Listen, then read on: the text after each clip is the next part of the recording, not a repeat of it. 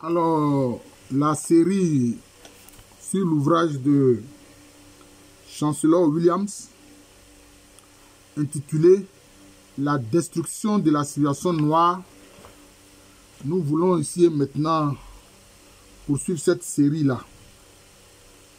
Alors, ici, il parle des Arabes. Alors, qu'est-ce qu'il dit? Il dit les projecteurs concernant l'histoire des Arabes ont été tournés sur les rôles joués par l'utilisation de l'islam et du christianisme dans l'assujettissement des Noirs. Ah oui, ça. Cela a dérouté beaucoup et indigné ceux qui ne s'arrêtent pas pour distinguer les hommes pervers qui utilisent la religion pour déguiser leur véritable but de la religion. Leur véritable but de la religion. Bon, en fait, leur véritable but de religion, parce que la religion est ce qu'elle est. En principe, elle est tournée vers le bien, vers la quête de Dieu, mis à part le satanisme. Mais on voit que les gens ont utilisé ça comme instrument de pouvoir. C'est ce qu'il veut nous expliquer ici. Des Arabes ont utilisé l'islam comme instrument de pouvoir. Ça a été le cas de la dynastie des Omeyyades avec la famille Mouawiya. Ça a été le cas de la dynastie abbasside qui dit descendre d'un certain Abbas qui serait un oncle du prophète Muhammad, etc. On a vu aussi pour le christianisme, hein, les Européens utilisaient le christianisme à des fins de domination. Hein, les croisades, etc., le pouvoir de la papauté, etc.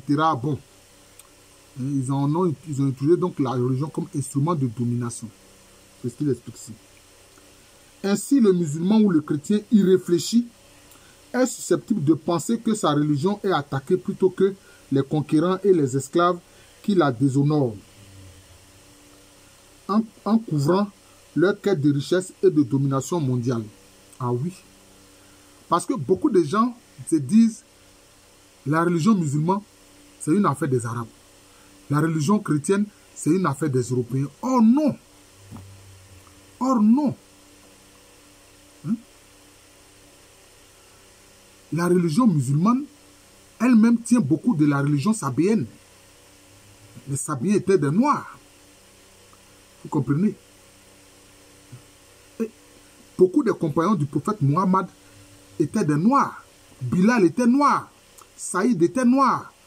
Oussama était noir. Oussama, qui est le fils de Saïd, qui était à la tête des troupes musulmanes qui sont allées conquérir l'Irak actuel et la Syrie. C'était noir, et c'était noir. D'ailleurs, il était le petit-fils adoptif de Muhammad. Maintenant, dans le christianisme, on a vu les Européens faire, hein, on a vu ce qu'ils ont fait du christianisme. Voilà. Ils sont passés carrément à côté de la doctrine fondamentale qu'on appelle la règle d'or. Ne fais pas à autrui ce que tu n'aimerais pas qu'on te fasse. Voilà, c'est ce que Chancellor Williams explique ici. Les Noirs aux États-Unis semblent être plus mélangés et confus à propos de la richesse d'identité raciale que partout ailleurs. Par conséquent, beaucoup abandonnent les noms de leurs maîtres d'esclaves occidentaux blancs et adoptent, pas africains, mais leurs noms de maîtres d'esclaves blancs, arabes et berbères. Bon. Car les Arabes eux-mêmes sont un peuple blanc, ça pas totalement, hein. La division sémitique des Caucasiens et par conséquent les frères de sang des Juifs contre lesquels ils sont maintenant rangés pour la guerre. En fait, non. Les Arabes, en fait, c'est des peuples sémites, c'est vrai, mais ils sont issus à la base d'un métissage. Ils sont issus à la base d'un métissage. D'ailleurs, c'est la même chose pour les Hébreux, dont se réclament les Juifs aujourd'hui. Alors que beaucoup de Juifs sont d'origine khazare, c'est-à-dire ce sont des peuples du Caucase. Vous voyez, qui n'étaient pas des sémites au départ. Vous voyez. Donc, c'est ça. Il y avait des Noirs en Arabie, dans la péninsule arabique, il y avait des Noirs. Ça, c'est clair. La confusion continuera cependant aussi longtemps que les faits. Les lions de Milâtre dans les pays arabes sont considérés. En fait, si on veut voir les Arabes, ce sont des descendants, ils sont descendants d'un mulâtre, c'est-à-dire qui Ismaël qui est un mulâtre, fils de Hajar, la femme noire, et de Ibrahim, voilà, ou Abraham si vous le voulez. Voilà.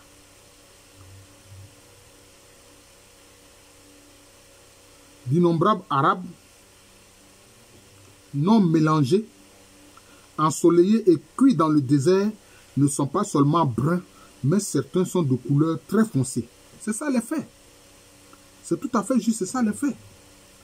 Mais on sait que des Perses sont venus en Arabie et c'est, je peux dire, la propagation de la couleur claire, ça vient des Perses. Ça vient des Perses. Tout ce noircissement de la peau, malgré leur tradition, hein, âge haut du tissu épais recouvrant la face du stock.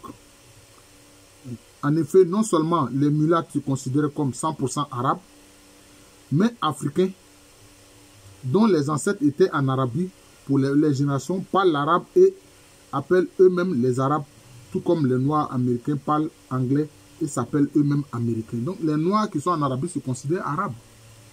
Mais il y a des peuples noirs qui ont été arabisés. Et comme l'islam confère un prestige, alors ils préfèrent se rattacher à l'islam et au fait que le prophète Mohammed étant arabe, se rattacher aux Arabes. Comme on le voit aujourd'hui au Soudan. Alors que le Soudan, on sait que c'était quoi? C'était Tasseti, c'était Couche.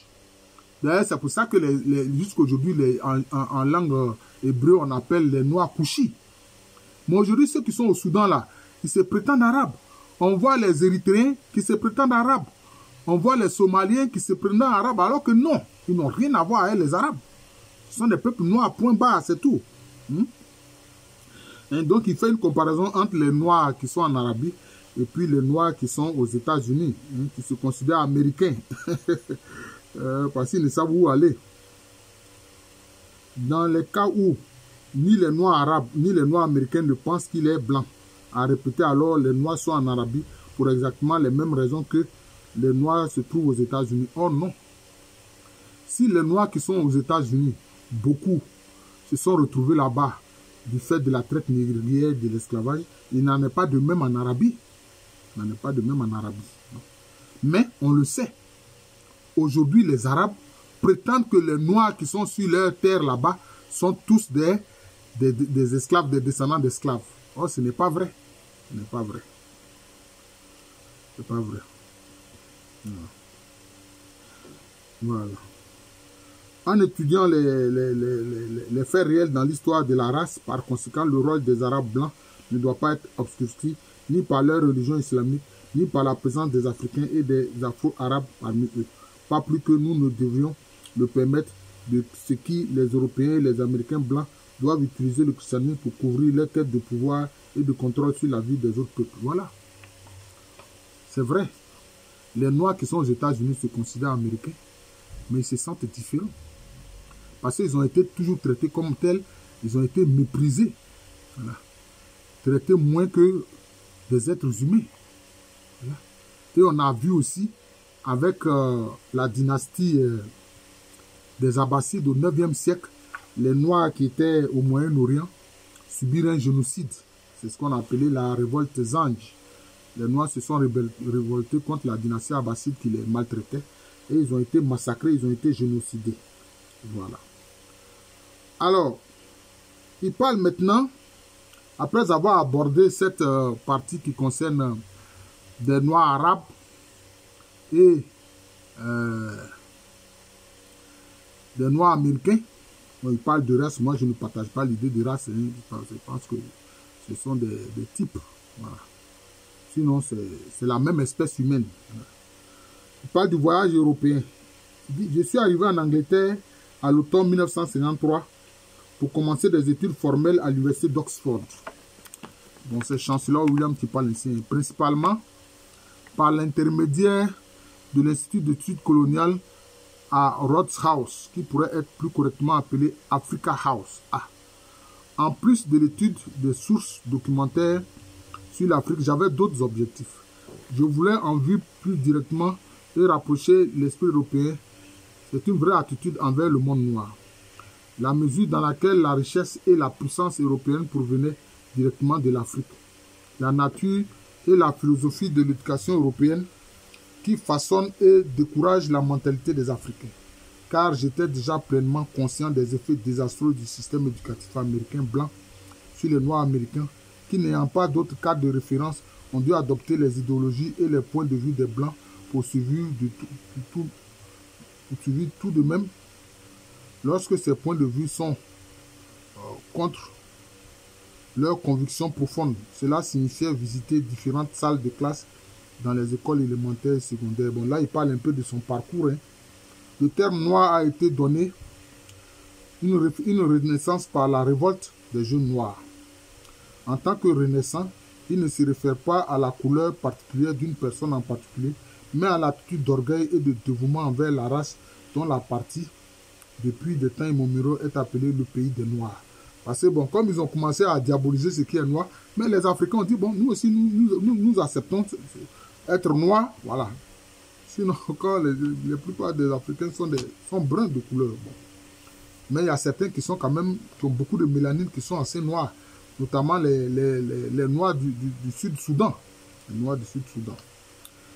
Presque du jour au lendemain, nos jeunes ont fait coégalité noir avec blanc, en respectabilité, et ont défié les nègres anti-noirs de décider de quel côté ils se tenaient. Ouais, mais il y a toujours des nègres anti-noirs. Tout comme les traîtres qui sont aujourd'hui en Afrique et qui participent de la volonté de perpétuer la France-Afrique, qui est déjà dans le cercueil. Il reste maintenant à le mettre dans la tombe, c'est tout. Ce n'était pas un problème pour beaucoup de pâles, ou même quand il dit de pâles, ici, il parle des blancs. Parce que les Amérindiens appellent les Caucasiens visage pâle. Voilà, visage pâle. Voilà. Ou même presque les blancs de teint, car ils étaient eux-mêmes parmi les premiers à proclamer avec fierté, appelez-moi black. Ceux qui détestent le terme même occupent la majorité des postes de direction, se sentent obligés d'utiliser pour protéger leur rôle de leadership. Voilà, donc c'est cela. Ils sont fiers d'utiliser maintenant le terme de black. Voilà. Ils n'ont plus ce complexe-là. D'ailleurs, il y a des slogans comme I am black, I am proud. On a vu notamment avec la chanson de James Brown, I am black, I am proud. Et puis aussi, il y a des produits, par exemple, de beauté où on dit black is beautiful. Voilà, c'est un peu de tout ça que l'auteur parle. Hein, et c'est cela, revendiquer sa fierté hein, d'être noir. Voilà. Et Chancellor William nous montre qu'il a fait vraiment des études de terrain. Voilà. Et il montre justement la situation de l'homme noir hein, dans ses rapports avec les frères noirs, mais aussi dans ses rapports avec les visages pâles, c'est-à-dire les Caucasiens. Voilà, avec les Caucasiens. Voilà, je vais m'arrêter là. Voilà, nous allons poursuivre justement cette série-là sur l'ouvrage de Chancellor William, La destruction de la civilisation noire. Je suis le professeur Alou Kwame René. J'enseigne à l'université Félix Houphouët-Boigny. C'est à Abidjan, en Côte d'Ivoire, un pays situé en Afrique de l'Ouest.